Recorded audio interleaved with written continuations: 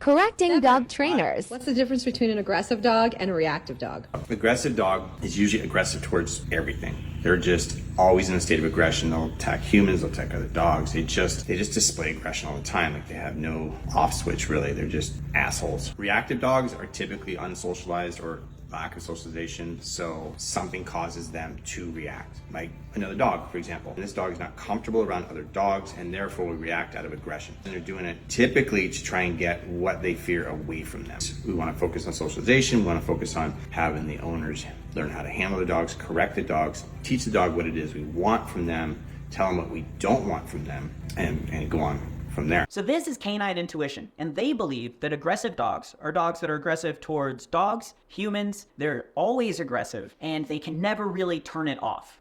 But we know that's not true, right? It's almost the opposite of what the actual situation is, where aggressive dogs are dogs that are willing to do violence, and they have a specific trigger that makes them go over threshold and makes them feel like they need to do violence. The difference between a reactive dog and a aggressive dog is that line of willingness to do violence. There are dogs that are aggressive towards other dogs, and if that dog comes within their space, they feel challenged, they are going to go over threshold and do violence. There are guardian breed dogs that are territorial, and if you step on their territory, that is their line that says, now it is time to do violence. There are dogs that are possessive of people. There are dogs that are fearful, and if you come into their space, they will react in order to protect themselves. There are certain lines in the sand that these dogs have drawn, and if you cross them, they are willing to do violence. That's the definition of an aggressive dog. A reactive dog is a dog that is not willing to do violence and is usually still sensitized to the environments they're in. This guy uses the word socialized, but that's because they don't really work with actual socialization. So they use enrichment and they just call it socialization because everybody knows you need socialization. But if we change the definition, we get it without actually having to do it, you know? But they're right in the aspect that you need to